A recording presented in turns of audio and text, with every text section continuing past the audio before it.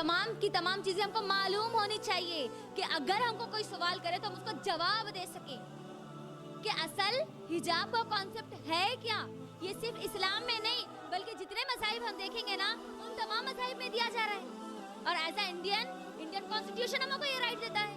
تو ہوتے کون ہیں یہ حکومت یا یہ حکومت کے دلال جو ہمیں ہمارے حق سے روکتے ہیں. حجاب کو اگر معلوم کرنا چاہتی ہے, پردے کے بارے میں علم حاصل کرنا چاہتی ہے کہ اسلام میں پردے کا کیا حکم ہے, تو یہ سو کالڈ مسلم جو ہے آج جس کو ٹی وی کے اینکرز ٹی وی کے نیوز چینل کے سامنے لا کر بٹھا دیتے ہیں, وہ مسلمان سو کالڈ مسلمز میں جس کو بولوں گی جنہوں نے کبھی قرآن کو کھول کر نہیں پڑھا, جن کو قرآن کا خوف بھی نہیں پتا, اسلام کا الف بھی نہیں پتا, نبی صلی اللہ علیہ وسلم کی سیرت کا سین بھی نہیں پتا, وہ لوگ آ کر کہتے ہیں کہ اسلام میں قرآن میں حجاب کا لفظ کہاں ہے.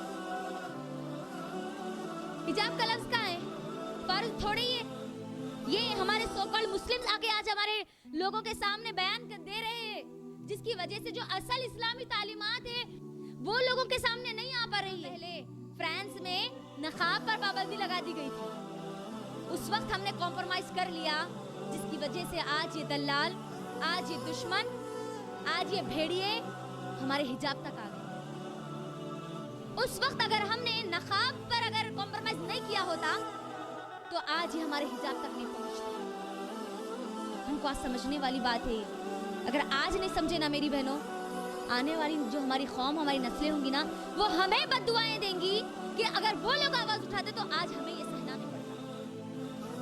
یہ بات یاد رکھنا. عورتیں, ہم مسلمان عورتیں اسی لیے عمل کرتی ہے کیونکہ دس از دا آرڈر آف اللہ سبحانہ و تعالیٰ, یہ ہمارے رب کا حکم ہے, اسی لیے ہم کو عمل کرنا ہے چاہے کچھ بھی ہو جائے, چاہے ہم کو ہماری جان دینی پڑے یا جان لینی پڑے, ہم اللہ کے حکم پر عمل کرنے والی ہے بس. ہم مسلمانوں کو کہا جاتا ہے, ہماری مسلمان لڑکیوں کو بولا جا رہا, کرناٹکا کی اب یہ جو بات پوری چھڑی ہوئی ہے وہاں پر بولا جاتا ہے کہ برقعے کو نکالو, حجاب کو ریموو کرو ورنہ پاکستان چلے جاؤ. کیوں جائیں ہم پاکستان؟ ہم ہماری مرضی سے اس زمین کو ہم نے چوائس کیا ہے. یہ ہمارا انڈیا ہے, یہ ہمارا ملک ہے. اس ملک کو آزاد کرنے کے لیے جہاں ہندوؤں نے قربانی دی وہاں پر مسلمانوں نے بھی قربانیاں دی. اس پورے بھارت کو آزاد کرنے میں تمام مذاہب نے ساتھ دیا. تو یہ ہوتے کون ہیں؟ تو یہ لوگ 2014 میں کہتے ہیں کہ ان کو اصل آزادی 2014 میں ملی. اب اس کا مطلب کیا ہے, کبھی سمجھا آپ نے؟ کبھی اللہ کے لیے اپنے مرچی, نمک, ادرک, لہسن کے ڈبوں سے ذرا باہر نکل کے دیکھو کہ باہر کی دنیا میں ہمارے خلاف کیا تیاری ہو رہی ہے. اور ہم پوری دنیا میں ہماری مسلمان قوم وہ واحد اور وہ معصوم قوم ہے, اتنی معصوم قوم ہے جس کو مٹانے کے لیے پوری دنیا ایک مشن پر لگی ہوئی ہے. پورے دشمنان اسلام اس کو مٹانے کے لیے اپنے مشن پر رواں دواں ہیں, اور ہمارے مسلمان جانتے ہی نہیں ہیں کہ ان کا کام وہ کیا کر رہے ہیں. ہم تو اتنی معصوم, اتنی پیاری قوم بن گئے, آج ہم اتنے معصوم بن گئے کہ ہم کو معلوم ہی نہیں. ہماری طاقت کا اندازہ دشمنوں کو بہت زیادہ ہے, لیکن آج ہماری طاقت کا اندازہ ہم کو نہیں. ہر جگہ اسلام کو ٹارگٹ کیا جا رہا.